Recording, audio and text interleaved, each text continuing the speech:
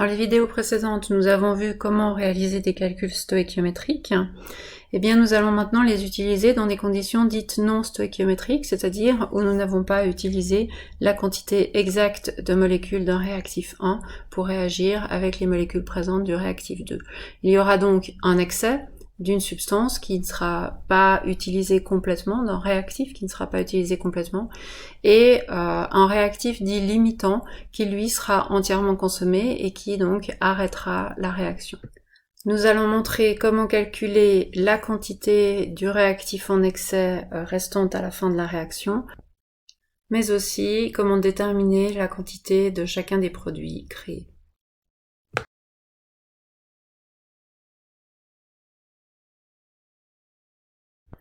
Nous avons vu précédemment comment, dans une réaction chimique, il est important de connaître les états des substances utilisées et créées, simplement pour pouvoir traduire ensuite les quantités qu'on va utiliser en nombre de moles. Dans le cas d'un solide, eh bien, on aura besoin de la masse molaire du solide pour pouvoir transformer la masse en nombre de moles. Dans le cas d'une solution, eh bien, on aura besoin de la concentration de cette solution qu'on ne peut pas deviner, il faudra qu'on nous l'indique, il faudra qu'on nous indique comment la solution a été préparée. Donc, à partir du volume utilisé et à partir de la concentration de la solution, on pourra déterminer le nombre de moles. Et puis, si on a affaire à un gaz, eh bien, c'est le volume molaire qui nous intéressera parce que le volume molaire indique que en atmosphère et 25 degrés, eh bien, une mole de n'importe quel gaz occupe 24,5 litres par mole.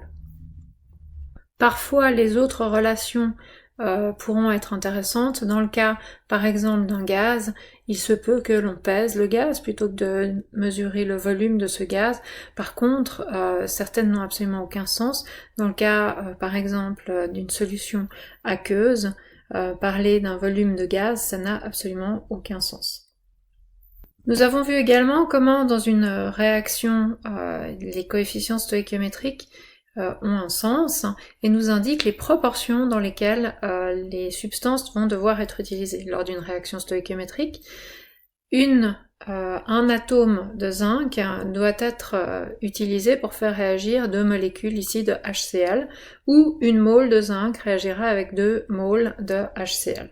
C'est donc en tenant compte de ces coefficients stoïchiométriques qu'on pourra changer entre guillemets de substance, c'est-à-dire déterminer combien il nous faut pour réagir. Par exemple, si on connaît le nombre de moles de zinc, eh bien c'est ce facteur 1 pour 2 qui nous dira combien est-ce qu'il nous faut de HCl pour réagir.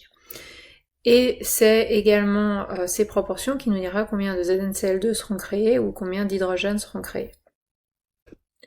Dans un exercice de type stoïchiométrique, c'est-à-dire où on va utiliser la bonne quantité de chacun des réactifs et où, à la fin de la réaction, il n'y a plus de réactifs, mais il n'y a plus que des produits, on nous donne généralement une valeur, une masse, par exemple, de zinc qu'il faut dissoudre et on va demander combien doit-on utiliser d'acide chlorhydrique pour faire réagir tout ce zinc.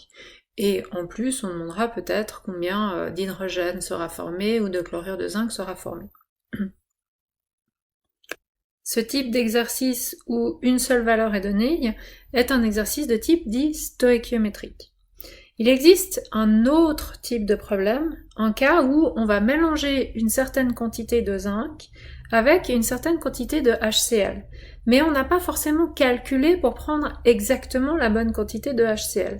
Si par hasard on tombe sur la bonne quantité, on revient à un problème stoïchiométrique, c'est-à-dire qu'on va trouver ici le bon nombre de moles de zinc consommés, qui correspondra avec le nombre de moles de zinc qu'on aura, et la même chose pour le HCl, ce qui est très rare.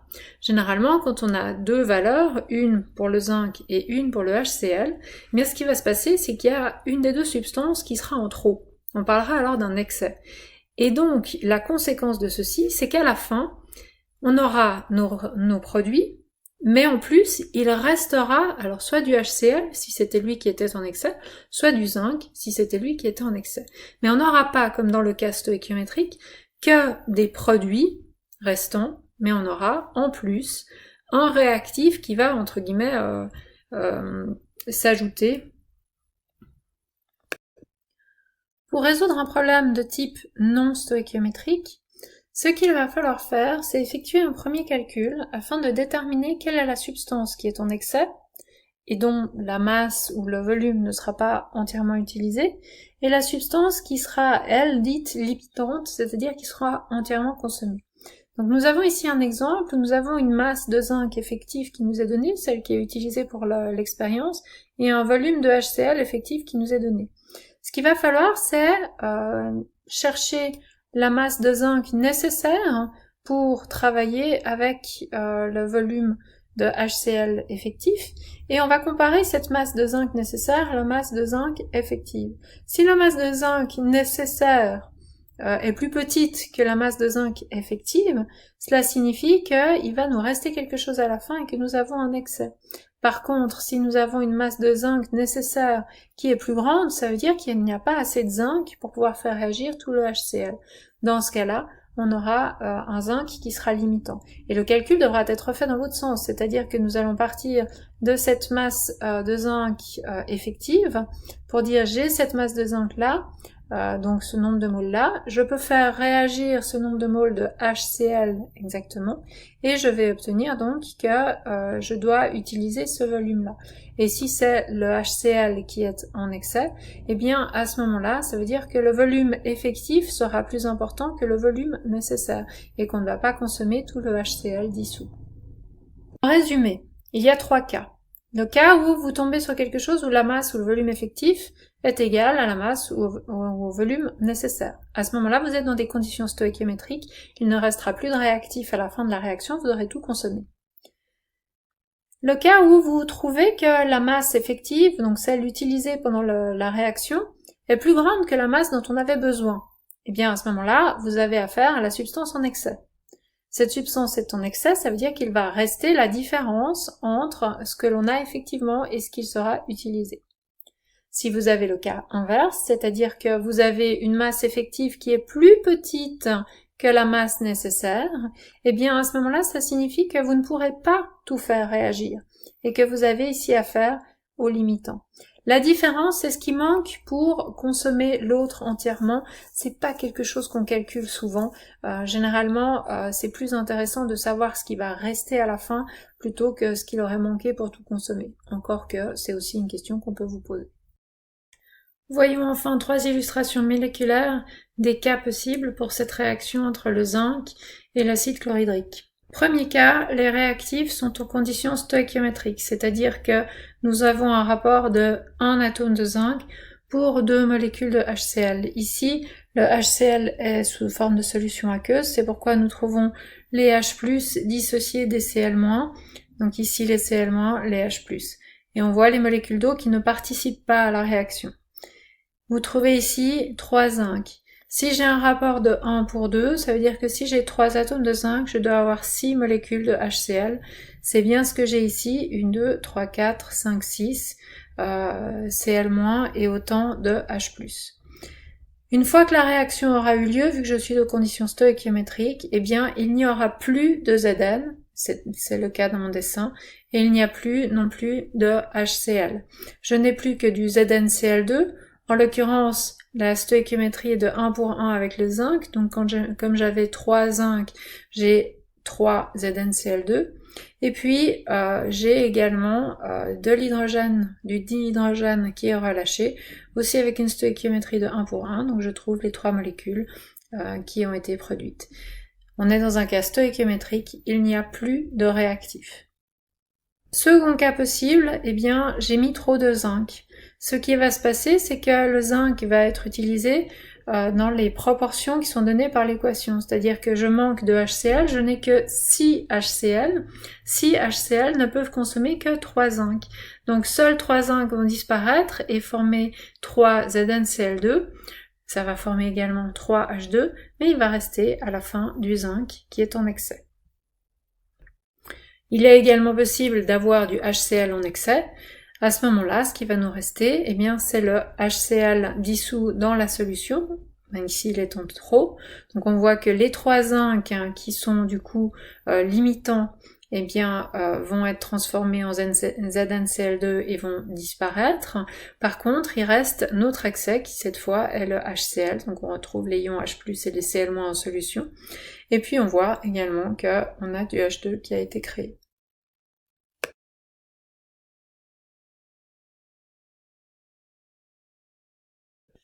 Voyons maintenant un exemple de résolution de problème non stoichiométrique. Le problème posé est le suivant. Nous allons partir avec 1,00 g de zinc. Et nous allons prendre également 100 ml d'acide chlorhydrique, 0,1 molaire. Nous avons donc une quantité de zinc et une quantité d'acide chlorhydrique. Il se peut que la réaction se fasse aux conditions stoichiométriques, ce qui serait un joli hasard. Si ce n'est pas le cas, nous risquons d'avoir soit un excès de zinc, soit alors un excès d'acide chlorhydrique. La question est maintenant de déterminer lequel est en excès et lequel sera limitant et donc déterminera la quantité de chlorure de zinc et de dihydrogène formé. Pour cela, nous pouvons partir dans un sens ou dans l'autre, c'est égal, c'est-à-dire qu'on peut soit partir du zinc et puis aller chercher combien est-ce qu'on a besoin d'acide chlorhydrique, soit on peut partir de l'acide chlorhydrique et puis on peut aller chercher combien est-ce qu'on a besoin de zinc. On va faire les deux exemples de façon à ce que vous puissiez voir ce qui arrive, quel que soit le choix que vous allez faire. Avant de continuer, on peut bien sûr prendre le temps d'inscrire dans chacune des colonnes les outils qui nous vont être nécessaires. En l'occurrence, dans le cas du zinc, vu qu'il s'agit d'un solide, la masse molaire. Dans le cas du chlorure de zinc, vu qu'il s'agit également d'un solide, la masse molaire. Et puis dans le cas de l'hydrogène, qui est un gaz, le volume molaire, c'est-à-dire 24,5 litres par mole. Imaginons que nous partions de l'idée d'aller chercher la quantité de HCl nécessaire pour dissoudre les 1 g de zinc. On va transformer cette quantité en nombre de moles de zinc. Par la stoichiométrie, on va déterminer le nombre de moles d'acide chlorhydrique nécessaire.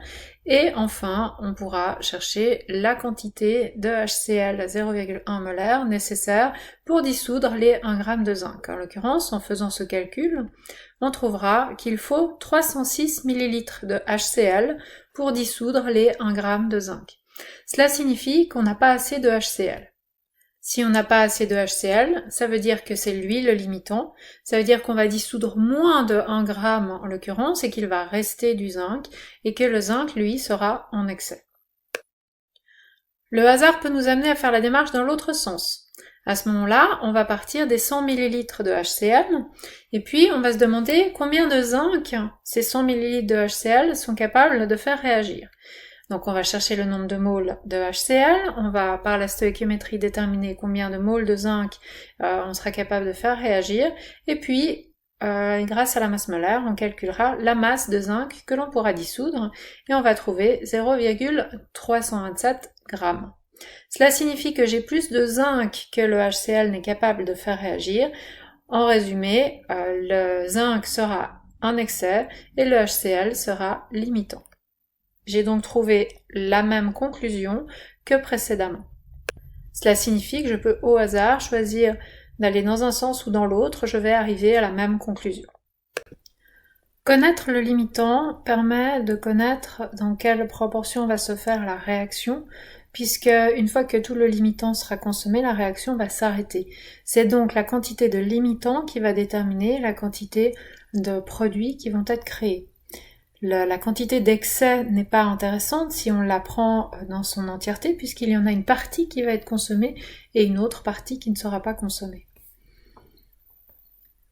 On va donc partir du limitant pour déterminer la quantité de chlorure de zinc qui sera créée, donc en prenant le nombre de moles que l'on a effectivement de limitant, donc qu'on a calculé à partir des 100 ml effectivement présents. Nous pouvons déterminer le nombre de moles de chlorure de zinc qui seront créés, c'est-à-dire 2 fois moins vu le rapport stoichiométrique, et grâce à la masse molaire, nous pouvons déterminer la quantité de chlorure de zinc qui sera créée, en l'occurrence 0,68 g. Nous pouvons également utiliser le nombre de moles de limitant pour déterminer combien de H2 seront créés. Là aussi, nous avons un rapport de 2 pour 1, donc nous arrivons ici avec 2 fois moins de moles de H2 créé qu'il n'y avait de HCl présent au départ. Et puis, grâce au volume molaire, nous pouvons calculer le volume qui sera créé, en l'occurrence 123 ml. Connaissant le limitant, nous pouvons aussi déterminer la quantité de l'autre réactif qui sera consommé et en conséquence la quantité restante. Si je pars du limitant et que je vais chercher le nombre de moles de zinc qui sera consommé, je vais arriver à la conclusion, comme on l'a fait tout à l'heure, que 0,327 g de zinc seront consommés. Il va donc rester 1 moins 0,327 g, c'est-à-dire 0,673 g.